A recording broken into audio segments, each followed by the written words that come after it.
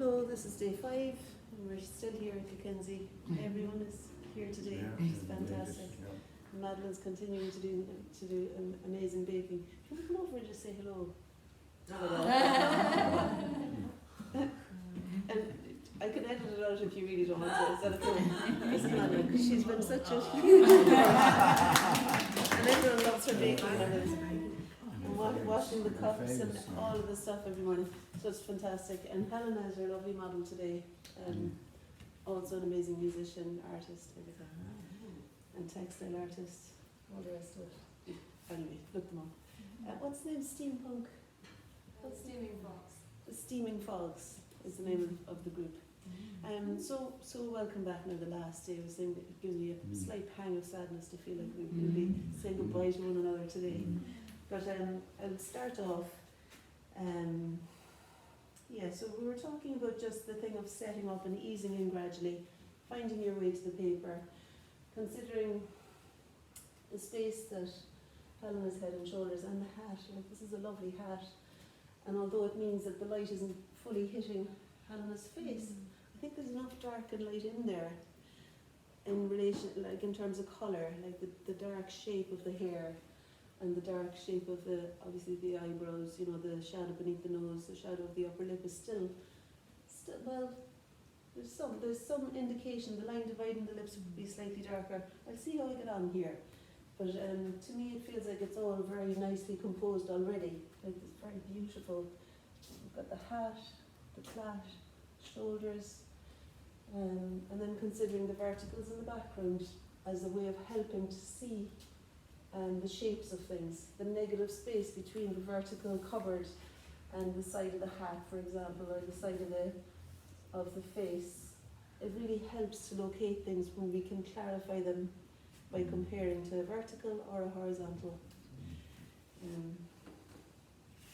Okay, so let's see. And I think it's a good idea to err on the side of using a bigger brush to begin with.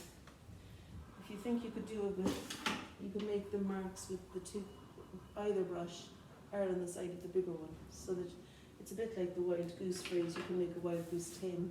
If you're starting with tamer strokes, it's hard to make them wild, whereas if you begin with something broader, you can eat back into it then. Okay, so I want to have everything within easy reach, because your main focus is on looking, being attentive. And so you want to be able to easily access the stuff on your page, on your table, and do that business of sticking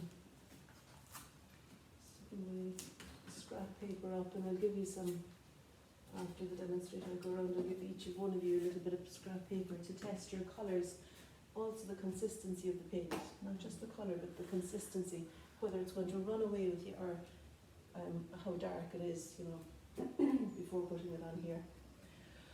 Okay, yeah, so I think the broad rim of the hat is already creating a nice energetic through there, isn't it? So the ultramarine blue I think might be a good colour to start with there.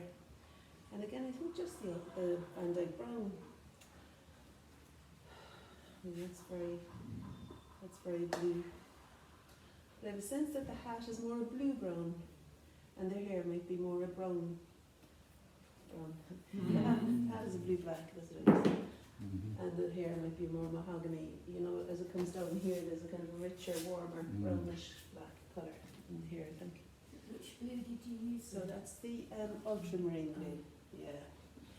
Ultramarine blue and the Van Dyke brown, which looks like that. I think I started something like that, right?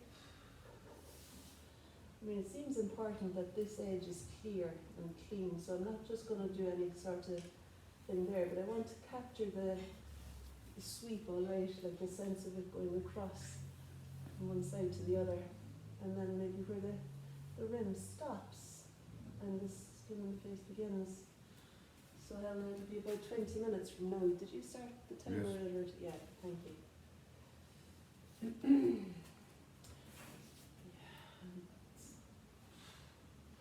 Like, it doesn't want to be kind of short, stabby, arrested moves there. I think it wants to be a big sweeping thing, and also maybe connected with the hair. So I'm going to fairly soon I'm actually just putting some alizarin crimson into that colour.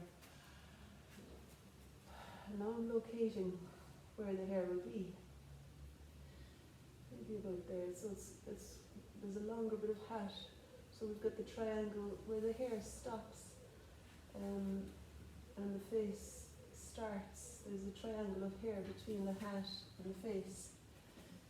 And locating that, I think that's maybe where the back of the head might be there. And then the front of the face might be kind of here. And I'm happy enough that there's enough space here that she's not quite, too close to the edge there on that side. Okay. And now maybe I'll just find a bit more of the hair. I mean, the thing with the hat is, it's only going to be like I wanted if it adds beauty to my paint, I want it to be there. So I'm not going to be designing the shape of the exact. I'm not a milliner, like I'm not going to be creating the exact dimensions of the hat because I think they need to be faithful to that. I want to use it as a compositional mechanism, I suppose. And if it feels like it's going to be easy to do that, we can keep it for the day. And so we'll see. We'll talk about it after. But yeah, it isn't as though you have to make it exactly all on all edges. I think this is the rim. This is the part that feels significant at the moment, anyway. And then the bottom of the hat meets the hair significantly further back.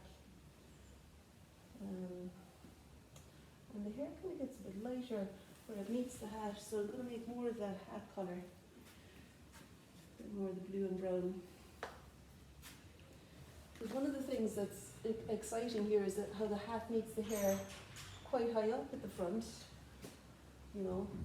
quite high up there, and then the back of the hat comes in to meet the hair. There's a semicircle little shape here. Maybe it's not a semicircle, it mightn't be the shape I've got, but I recognise that it sits quite far down the hair. There's two directions to the back of the hair, and so the hat is kind of doing something like this, and it's darker than the back of the hair. And that's the thing of pulling the paint up and lifting so that it paints itself a second time. And you're holding the brush lightly, so there's a chance that even it might, there's no gripping on, like you're laying it on. Yeah, one time I said that, isn't it? On day 5, we usually say that the first day. So you're holding the brush lightly. It's an implement to lay on the water more than to push the paint around. And it's more often held parallel to the paper than perpendicular to the paper. So I'm pressing and lifting lets the paint accumulate along the edge of along the rim again. Pressing spongy and releasing, and then it has a stronger tone. I want to put some burnt sienna into that colour now for the hair, and I'm looking more keenly at the shape of it. So it's shorter here than it is here. So I'm going to create a longer bit here. So pressing and lifting, and then something like that. I'll just keep turning back to me. Yeah, it's okay. And then, so there's a bit of a length there, and then there's a length of the plait as it comes down to meet the shoulder. Lovely, upright quality to this pose. So the hair is kind of making its way around the neck there, and landing. There's a significant space between where the hair stops and the plait starts there, and where the shoulder begins.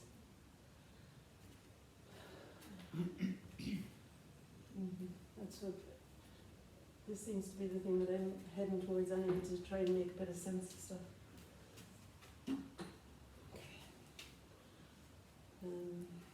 And it could be a bit wider there.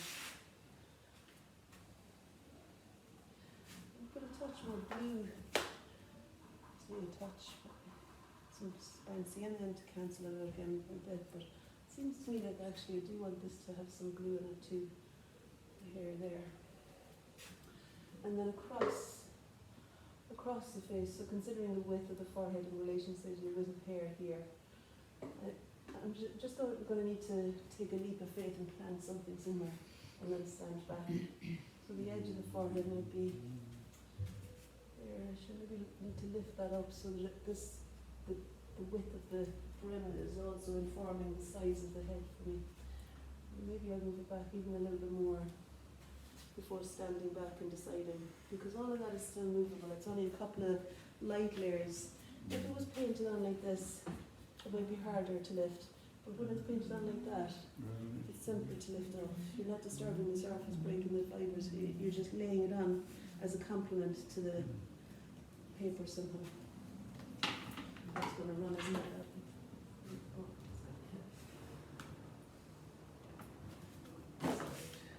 It would have been fine without that, wouldn't it? It would have been fine without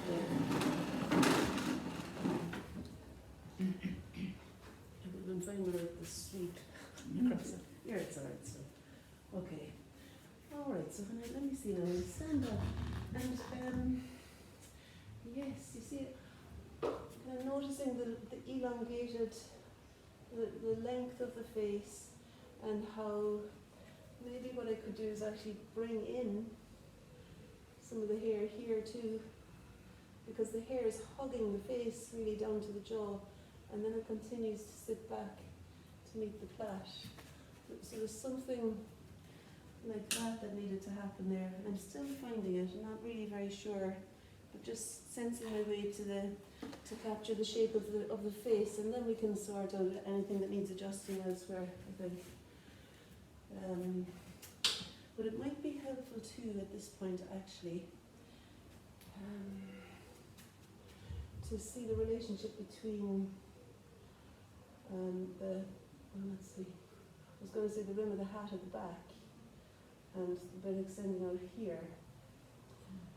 It might be anything that kind of cuts through and out the other side and overlapped by the head would help to describe the cross section of the head. So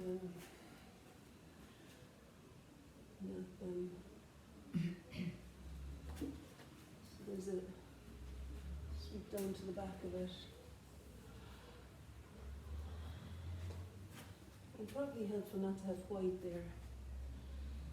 Okay, so I just want to put something warm into that now. So I'll just use some burnt sienna, because this shadow is what I'm aiming to find here is something to explain where the face stops and the neck begins. So I'm just going to try and locate the jawline there. And to me it looks as though this could be closer.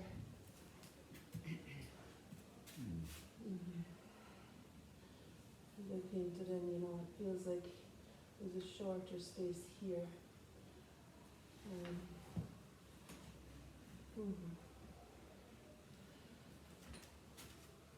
Okay. And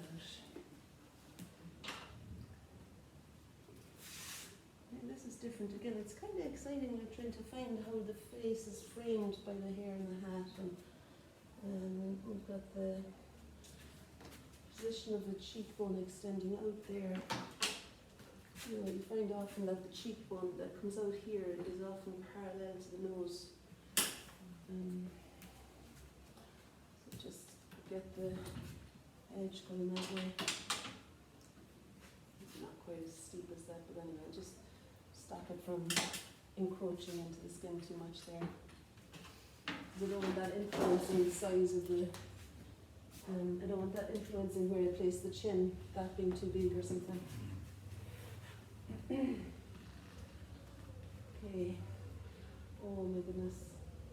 I think it would be more helpful rather than heading straight down for where the jaw might be located. I'm going to go back up here and see about finding the landscape within which the eyes will sit, and then work my way down.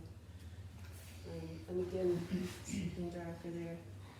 This is funny, isn't it? It's like all around the houses.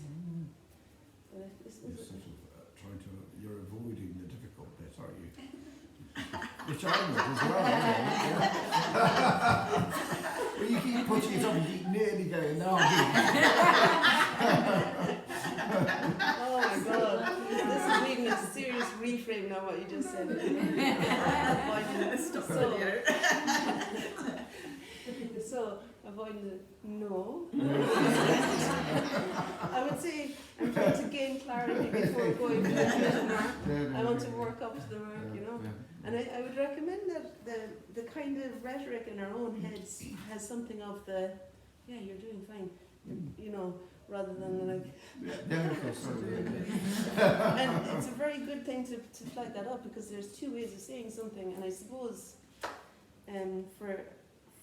to kind of cajole yourself along best you can, like even if you know you're avoiding the thing, not to say it like that. Like you could say, all right, you know, you could tune out the voice that says that, like, and you could say actually, you know, you're doing your way, you're finding your way, and it's wise. It's wise not to go for the thing until you've some few. You're absolutely right. Do you? Oh, there's freedom of speech here, of course. Okay. Oh my God. Yeah, I'm going to try and forget what you said there. No, it's okay. It's okay. It's interesting how each day is different. You know, when you come to do something, you don't always go the same way. So that's true, isn't it? You don't always do. Yeah, I guess The same thing that's first, something that isn't keeps it? me coming back, as well as the feeling that it's always going to be fresh and new, and like there is no by rote way of doing it really. And as soon as you feel complacent or like you know what you're up to, you kind of want to just stop and do something. You know, you don't want to be. Well, I find anyway, I don't want to be bored. I don't think any of us are here to kind of do something the same as yesterday or the same. You know, it feels like you're all adventurous. You know, there's a spirit of adventure. Do you think maybe we'd all got a bit complacent yesterday, which is why we struggled? Do you think we sort of thought we'd learnt more than we had? Oh, I don't know. I think every moment is different, isn't it? Like, and I find myself resting on things that I know, and then having to kind of make myself do something I don't, you know, to try always to keep on that edge of willingness to, as I say, I suppose the willingness to risk losing it all.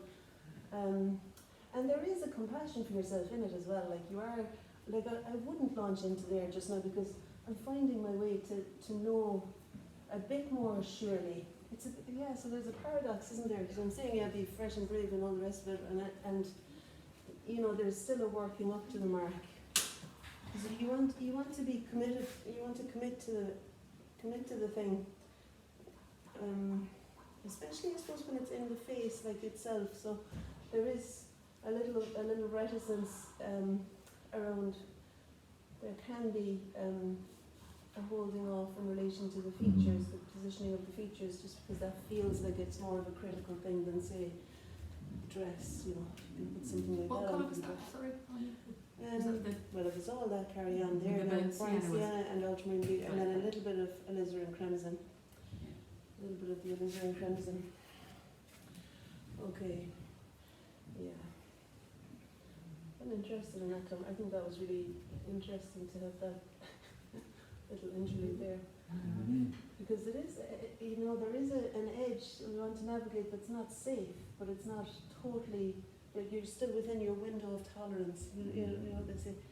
So you're wanting to be a little bit edgy, but not totally lost. At least that's my intention anyway.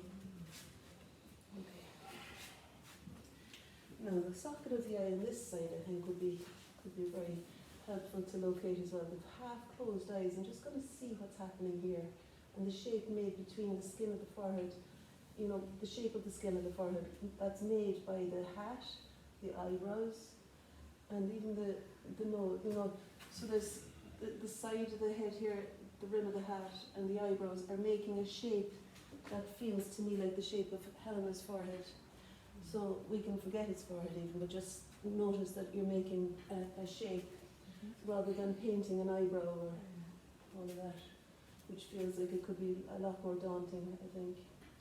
And then we've got the little tilt of the nose, maybe somewhere located somewhere about there. It's not as far over for me as the brow is, but it's almost on a vertical as far as the brow. And then we've got the nostril, which sits almost directly below the space between the eyebrows there. Something of the cavity of the nostril might be about there. And then I think I'll go back and find something skin-like. And I think the bronzeine is not a bad colour to get me there quickly. I want to just put some sort of colour in there, but I want some, maybe a bit of red in it.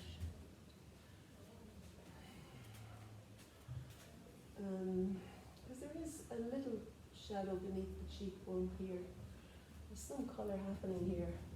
And it's a space that's not so critical, you know, to have some bit of colour over here while I'm figuring out what to do down there next. And also maybe I might just put the angle. So, you know, I think this in between angle is something that we can really look for, because often we forget it, I think. So, for example, with the eyebrow and the bridge of the nose, sometimes we forget to put that drop in between the two. And it can be just like eyebrow, nose. So really make yourself look at like where the eyebrow stops, there's a drop down, and then the nose might extend out from there. It's not like it happens straight away.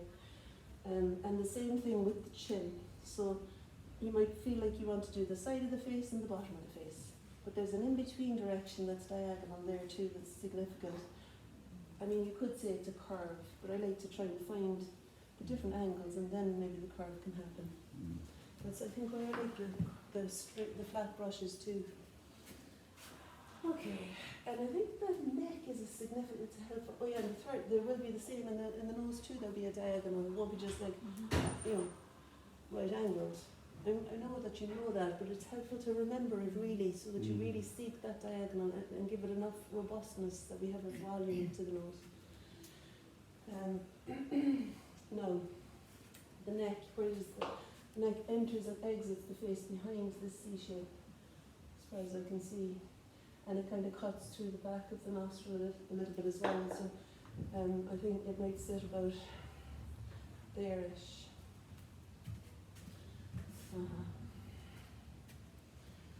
And if I were to draw a straight line across from where the shoulder meets the neck, it might be about as long as, it's not quite as long as the space between the chin and the nose, but I think the chin will drop a tiny bit too. Oh, is that my time up? No. No. Sorry. Okay, well, that's fine. 1 minute. Okay. Yeah, so I was feeling like maybe there could be a little bit of a drop here, just a tiny bit, as I noticed the length in relation to the length of that. And also the comparison between the square of this negative space that's here, between the chin and the neck and the shoulder, size of that square in relation to the size of this. And it feels a bit more true for it to be that size. And of course then we've the thing of, I was saying to folk, you know, when you're doing the any clothes or anything that wraps around the body, notice the shape as it wraps around, because that's going to really help to describe the cross section of the body to you. I'm not doing it very well here now because it's not dark enough, but later on that dark bit that sits underneath the fabric and over the shoulder will really let us know that there's a body underneath there. Is it a dark bit of dress or a dark bit of shadowed skin? It's a dark bit of dress, so it sits proud of the skin. And I think the light on this side might be a significant bright to find. Okay, that's the break. Can I just keep going for a little minute? I knew that was going to come, didn't it? I was finding something of the edge of the body on that side, which actually once you found it you could lose it again, because over there I don't want there to be too much information. Happy to leave that until after lunch, or to do a little bit of that now, like to find the other 3 steps, I suppose, the shadow underneath the nose, the shadow of the upper lip, shadow beneath the lower lip, and then anchoring down the bottom of it Will I do that? That'd be good if you could. Yeah, thanks. I feel like there's more closure for me too if I could get if I could trap it in. And thanks, Helena. It'll hopefully not take too long to do. Just wanted to put the dress in. Something we got there feels like.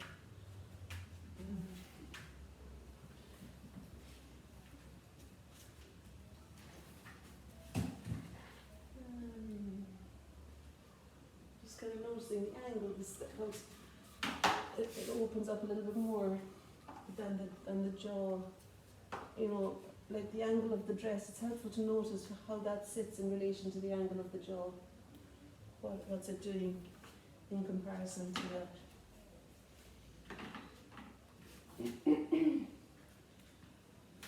Okay, there's something in here. I suppose I could use the alizarin crimson. How did I start with the alizarin crimson? Maybe I'll just go back to the red and green, sorry. Cadmium red and the sap green, I'll just use those two. So I'm carrying on down the face from the nose down to the mouth and then to the shadow beneath. I mean, you can hardly see any differentiation, but there is. Pardon? The nose almost looks lighter than the top of the nose today. Yeah, I know, that's true, isn't it? You kind of need to really scrutinise where the shadows are. But the cavity of the nostril is always helpful, and this shadow up here is always helpful, I think, to identify. It almost reads as a nose without too much else going on, I think. And especially, hopefully, when the mouth happens beneath it. So, just finding the edge of the mouth in relation to the nose and the eye above. It seems to me like the corner of the mouth might sit to the left, or just directly below the tip of the nose, really. And then there's this lovely slight cavity in the centre dividing the lips. And I'm going to locate that little space between between the lips here. Noticing how much space there is between the nose and the upper lip, and that line dividing the lips. And then the corner of the mouth on this side, which sits back into the eyebrow here, really. And then I think it might be helpful for me to do something in the lower lip or the shadow. If I can find the shadow beneath the lower lip, I might do that. But until I can, I'm just going to find where with the cadmium red, where the lower lip stops and the space to the left, the skin to the left begins. Because there is something happening in the lips that looks like this. So the upper lip is like that. And then there's an edge, the lower lip, there's a slight overbite with the upper lip. And then the lower lip has a bit more volume, and there's a kind of a triangular shape between the two of skin beyond. Maybe that's not a very clear, I'll try and explain it here, but I think I'm seeing. So you kind of find a key for yourself and then see if you can manage to make it happen. Just let me see now, this is the beginning, I think, at the edge of the mouth on that side, and then something of it here. Sometimes if it is gospel, if it is the thing, it still mightn't work. Like, if it is the thing that you're seeing, it might still not be the best way of explaining the thing. I'm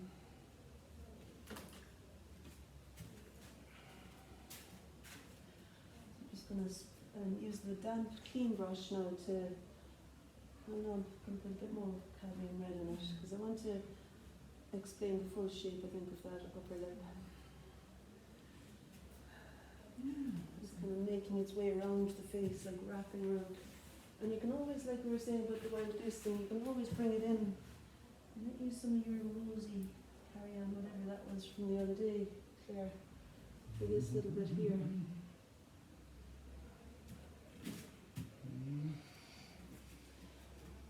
Yeah, it's coming a bit. I do stuff elsewhere too, of course, with a similar tone.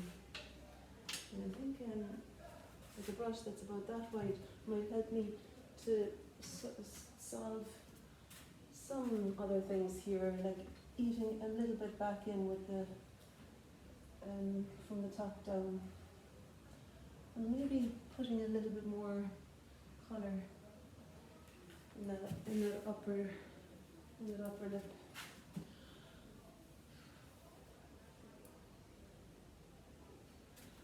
And then, you know, before it's 100% done, you can stop and leave it alone maybe. It's like the thing about, I think in Japan maybe they stop when they're 80% full.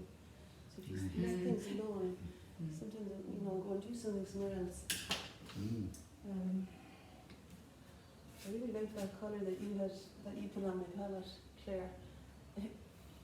I'm using it in the lips and I used it just there as well, rose something. I maybe need to tell people what that is.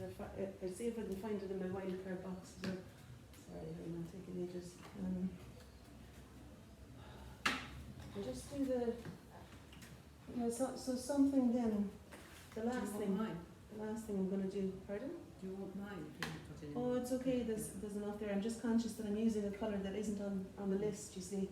And I'm kind of thinking I need to try and find it so that I can share it around in my own box. I bought a box of wildcard colours. Now this is cadmium orange. It's not clean enough though. I want to explain the edge of the face on the side where it's turning away from us. Excuse me, bless you. Excuse me. So, because the chin is going to meet that. The chin is going to meet. Oh, it's really quite yellow. Right? And just dry the brush and I pull it up. It looks to me like the side of the edge of the chin sits not far off the edge of the lips, and there's the cheek extends around it. But first it's vertical, I think. And you might find that there'll be other places to use that colour, maybe slightly more subdued. Yeah. Okay. Something like that. I mean, it's a constant, look what I've done there. What did I do? It's a constant kind of vigilance at being observant, I think, like really looking at what is actually there, not what I think might be there, or what might work if I, you know, it's really, yeah, that vigilance of what is actually there. It's really good. It shows you what lips do, doesn't it? If they're on the way anyway, like they'll be adjusted again and again, I think, later on. And the hat seems to me like it's okay, like I could, after lunch, might need to do a little bit of shooting up that way. But it's a kind of exciting compositional feature. On day 5, I think we've risen to the hat happening. Helena, thanks ever so much. You're great. And of course, I went a good bit longer. Well done. Do it if they needed all the work. Yeah, I think that's the case. No, she's got this incredible presence, and it's beautiful to have this vision now today. So, are you all invested in that hat staying on her head? Yes. Are we okay with that? It's a very beautiful hat, and it does mean there's a bit of a you really are going to be looking at the model way more than at the page, and study again. Okay, what really is happening there, and try to hold your brush lightly, just touch it on, stand back, yes, I'm getting it, back in, look again, another touch, stand back, so you'll be moving as you're working,